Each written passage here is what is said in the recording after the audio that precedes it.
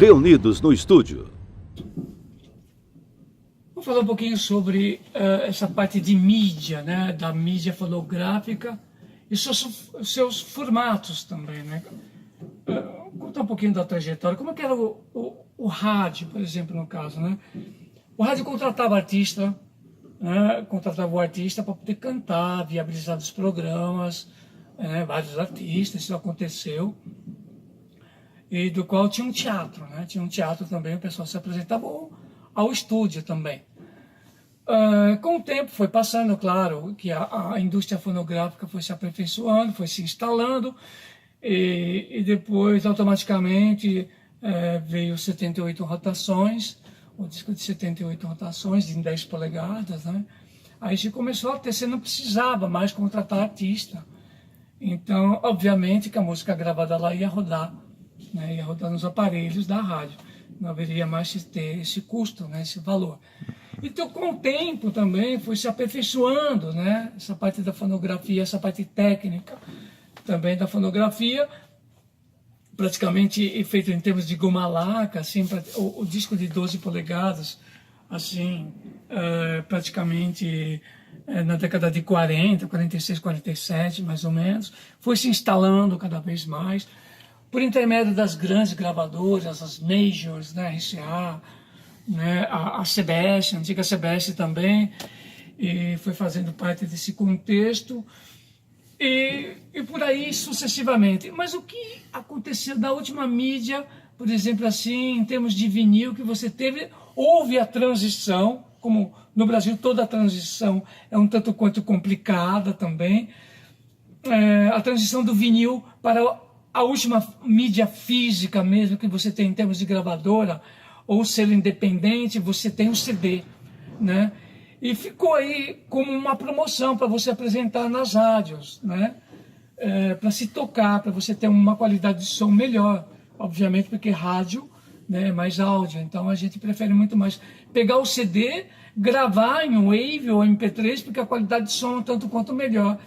E isso migrou também, né? As músicas, o que aconteceu? Elas começaram a migrar para uma série de fatores, né? Migrar para Spotify, Deezer, e assim sucessivamente, né?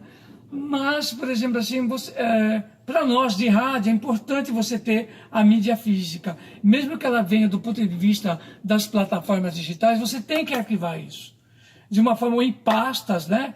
E por quê? Porque para as outras pessoas também terem acesso futuramente, né? Ou do momento também presente. Então você tem que ter, né? Porque tudo que é digital é um tanto quanto virtual. Por exemplo, já que a gente está falando em estúdios reunidos, o que significa, cadê as músicas, por exemplo, da década de 70, né, dos cantores, como eu citei, que cantavam em inglês? Algumas só. Algumas, os cantores nacionais cantavam em inglês, onde é que estão? Sumiu. Né? Sumiram. Onde é que estão, por exemplo, um cantor de samba chamado Diomedes, que gravou uma música chamada Casa Caiada? Onde é que está? Você tem aqui, que é uma das únicas discotecas que se tem em termos de Brasil. Essa é a maior discoteca que se tem, a maior discoteca de rádio que se tem em termos de Brasil. Né? E tem um ponto de referência em matéria de pesquisa. Tá, e aí? Como é que eu faço isso para divulgar? Cadê as gravadoras em si? Muitas gravadoras me ligam pedindo, por exemplo, informação em relação ao fonograma que pertencem a elas, que eu tenho em vinil. Só que a própria gravadora, as majors, perderam a matriz. Como é que fica isso? Por isso que eu falo que é perdido. O meio fonográfico no Brasil é perdido. Não se preservou os valores, é o consumo imediato, o descarte imediato, que eu sempre falo nisso, que é a necessidade de se colocar.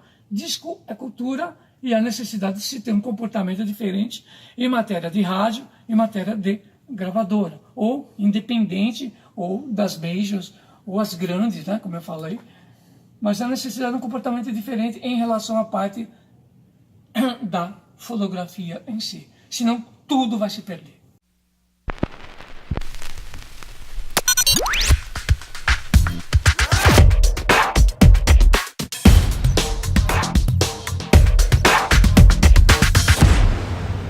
reunidos no estúdio.